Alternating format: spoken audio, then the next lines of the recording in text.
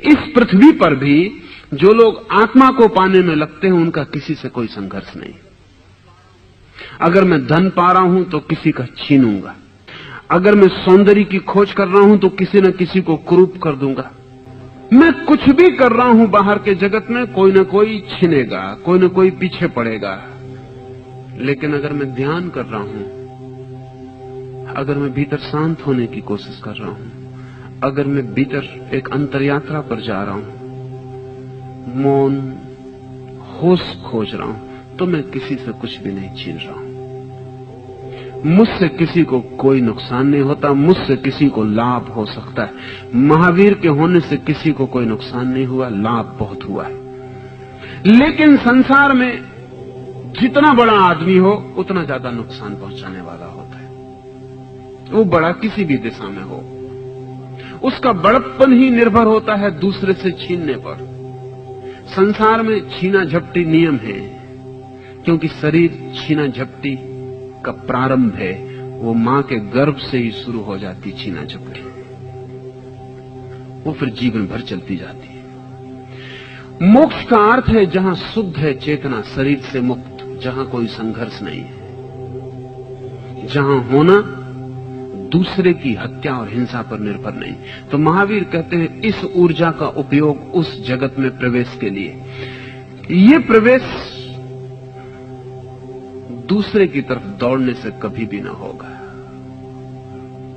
और काम वासना दूसरे की तरफ दौड़ती है, काम वासना दूसरे से बांधती है, और काम वासना दूसरे पर निर्भर करा देती है। इसलिए काम वासना से जुड़े हुए व्यक्तियों में सदा कलह बनी रहेगी। कलह का मतलब केवल इतना ही है कि कोई भी आदमी गुलाम नहीं होना चाहता और काम वासना गुलाम बना देती। तो आप किसी को प्रेम करते हैं तो आप उस पर निर्भर हो जाते हैं। उसके बिना आपको सुख संतोष क्षण भर के लिए जो झलक मिलती हो वो नहीं मिल सकती। वो उसके हाथ में, चाबी उसके हाथ में, और उसकी चाबी आपके हाथ में हो जाती। चाबियां बदल जाती, पत्नी की चाबी पति के हाथ में, पति की चाबी पत्नी के हाथ में। निश्चित ही गुलामी अनुभव होनी शुरू हो जाती। जिसके कारण हमें सुख मिलता है उसके हम गुलाम हो जाते हैं, और जिसके कारण हमें दुख मिल सकता है उसके कारण भी हम गुलाम हो जाते हैं। फिर गुलामी के प्रति विद्रोह चलता है। अभी एक बहुत विचारशील मनोवैज्ञानिक ने किताब लिखी है, द इंटीमेट एनिमी। वो पति पत्नी के संबंध में किताब है। आंतरिक शत्रु, आंतरिकता भी बनी रहती, शत्रुता भी चलती रहती। शत्रुता अनिवार्य है।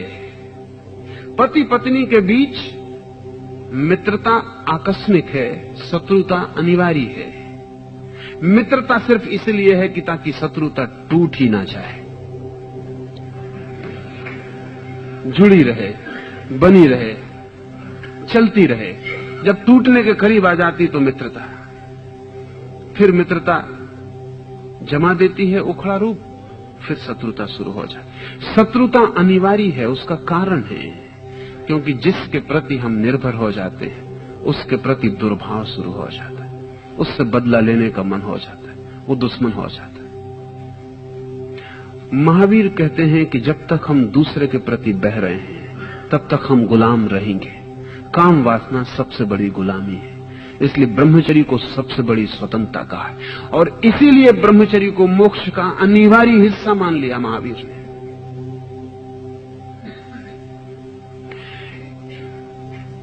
जो मनुष्य अपना चित्त शुद्ध करने, स्वरूप की खोज करने के लिए तत्पर है, उसके लिए देह का श्रृंगार, स्त्रियों का संसर्ग और स्वादिष्ट तथा पौष्टिक भोजन का सेवन विष जैसा है। जिसे अपना चित्त शुद्ध करना हो, जिसे स्वरूप की उपलब्धि करनी हो, क्यों उसके लिए देह का श्रृंगार, क्यों उसके लिए स्त्री का संसर्ग या पुरुष का संसर्ग, और स्वादिष्ट तथा पौष्टिक भोजन विष जैसा है? क्यों? इसके कारण हम ठीक से ख्याल में ले लें। देह का श्रृंगार हम करते ही इसलिए हैं कि हमारी उत्सुकता किसी और में है। देह का श्रृंगार कोई अपने लिए नहीं करता, सदा दूसरे के लिए करता है। जिसके प्रति हम आश्वस्त हो जाते हैं उसके लिए फिर हम देह का श्रृंगार नहीं करते। इसलिए दूसरों की पत्नियां ज्यादा सुंदर मालूम पड़ती हैं, अपनी पत्नियां उतनी सुंदर नहीं मालूम पड़ती, क्योंकि पत्नियां आश्वस्त हो जाती हैं पति के प्रति। अब रोज रोज श्रृंगार करने की कोई जरूरत नहीं, जिसको जीत ही लिया अब उसको जीतने का रोज रोज क्या कारण। तो पति उनकी असली शक्ल देखता है, उससे ऊब जाता है। पड़ोसी उनकी नकली शक्ल देखते हैं जो बाहर तैयार होकर आती, इसलिए पड़ोसी उनमें रस लेते मालूम पड़ते हैं। पश्चिम में मनोवैज्ञानिक समझाते हैं कि स्त्री को अगर पति को सदा ही अपने में उत्सुक रखना हो तो सदा ही वो रोज रोज जीते इसके उपाय करते रहना चाहिए। जीत निश्चित न हो जाए, क्योंकि जीत जब निश्चित हो जाती तो पुरुष का रस खो जाता है। पुरुष जीत में उत्सुक है। दूसरे की पत्नी कम सुंदर भी हो तो भी ज्यादा आकर्षक मालूम हो सकती है, क्योंकि आकर्षण जीत में है।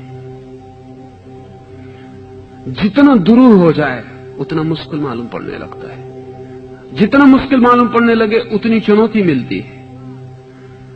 श्रृंगार हम करते ही दूसरों के लिए, अपने लिए नहीं। अगर आपको अकेले जंगल में छोड़ दिया जाए तो आप सोचें कि आप क्या करेंगे। आप श्रृंगार नहीं करेंगे और भला कुछ भी करें, सजाएंगे नहीं, क्योंकि सजाने का मतलब है किसके लिए। इसलिए हमने इंतजाम कर रखा था, पति मर जाए तो फिर हम विधवा स्त्री को सजने नहीं देते, क्योंकि हम उससे पूछते हैं किसके लिए। वो अगर अपने लिए ही सज रही थी तो विधवा को भी सजने में क्या हर्ज है। वो पति के लिए सज रही थी, अब चूंकि पति नहीं इसलिए किसके लिए। और अगर विधवा को हम सजते देखें तो शक पैदा होता है कि उसने कहीं ना कहीं पति की तलाश शुरू कर दी, इसलिए हम उसको सजने नहीं देते। उसको हम सब तरफ से कुरूप करने की कोशिश करते हैं। बड़े मजे की बात है, क्या सौंदर्य दूसरे के लिए है? असल में सौंदर्य एक फंदा है, एक जाल है जिसमें हम किसी को फंसाना चाहते हैं। महावीर कहते हैं जब दूसरे में उत्सुकता ही नहीं तो श्रृंगार का क्या प्रयोजन। इसलिए महावीर ने कहा तुम जैसे हो अपने लिए, अगर तुम पृथ्वी पर अकेले होते तो वैसे ही रहो। इसलिए महावीर नग्न हो गए। इसलिए महावीर ने शरीर की सजावट छोड़ दी। इसका यह मतलब नहीं है कि महावीर शरीर के प्रति शत्रु हो गए, ना। इसका यह भी मतलब नहीं कि महावीर ने अपने शरीर को कुरूप कर लिया, क्योंकि वो तो दूसरी अतिशयोक्ति होती। सौंदर्य भी अगर हम निर्माण करते हैं तो दूसरे के लिए, कुरूपता भी अगर निर्माण करते हैं तो दूसरे के लिए। जिस दिन पत्नी नाराज हो उस दिन वो पति के सामने सब तरह से कुरूप रहेगी, सजेगी नहीं। ये भी दूसरे के लिए। अगर सजने से सुख देने का उपाय था तो कुरूप रह के दुख देने का उपाय है। महावीर ने दूसरे का ख्याल छोड़ दिया, अपने लिए जैसा जी सकते थे वैसा जीने लगे। इससे वे कुरूप नहीं हो गए, बल्कि सही अर्थों में पहली दफा एक सौंदर्य निखरा जो दूसरे के लिए नहीं था, जो अपने ही भीतर से आ रहा था, जो अपने ही लिए था, जो स्वभाव था। श्रृंगार झूठ है और इसलिए श्रृंगार में छिपा हुआ सौंदर्य एक धोखा है। मनोवैज्ञानिक कहते हैं कि श्रृंगार की चेष्टा वो जो वास्तविक सौंदर्य होना चाहिए था उसकी कमी की पूर्ति है। इसलिए जितनी सुंदर स्त्री होगी उतना कम श्रृंगार करेगी, जितनी कुरूप स्त्री होगी उतना ज्यादा श्रृंगार करेगी। कुरूप समाज सब तरह से आभूषणों से लद जाएगा, सुंदर समाज आभूषणों को छोड़ देगा। हम कमी पूर्ति कर रहे हैं, लेकिन दृष्टि दूसरे पर है, दृष्टि सदा दूसरे पर। पुरुष क्यों इतना श्रृंगार नहीं करता है? पुरुष कुछ और करता है, क्योंकि स्त्रियां सौंदर्य में कम उत्सुक हैं, शक्ति में ज्यादा उत्सुक हैं। पुरुष शक्ति में कम उत्सुक हैं, सौंदर्य में ज्यादा उत्सुक हैं। इसलिए स्त्रियां पूरे जिंदगी श्रृंगार में बिताती। पुरुष श्रृंगार की फिक्र नहीं करता। उसका कारण इतना है कि पुरुष के लिए शक्ति अगर हो उसके पास, तो वही स्त्री की उत्सुकता का कारण है। कितना धन उसके पास है, कितना बलिष्ठ शरीर उसके पास है, ये स्त्री के लिए मूल्यवान है। स्त्री के मन में सौंदर्य का अर्थ शक्ति है। पुरुष के मन में सौंदर्य का अर्थ कमनीयता है, कोमलता है, शक्ति नहीं। पर पुरुष शक्ति को बढ़ाने में लगा रहता है। जिस चीज से भी शक्ति मिलती है, धन से मिलती है, यश से मिलती है, तो धन की दौड़ करता है, यश की दौड़ करता है। मगर वो भी दूसरे के लिए है। महावीर कहते हैं ये दूसरे के लिए होना यही संसार है, अपने लिए हो जाना मुक्ति है। ये जो दूसरे के लिए होने की चेष्टा है, इसमें श्रृंगार भी होगा, स्त्रियों का संसर्ग भी होगा। स्त्री से या पुरुष से मतलब नहीं है, विपरीत यौन से, विपरीत यौन के पास रहने की आकांक्षा होगी। क्योंकि जब भी विपरीत यौन पास होगा तभी आपको लगेगा आप हैं, और जब वो पास नहीं होगा तभी आप उदास हो जाएंगे, लगेगा आप नहीं।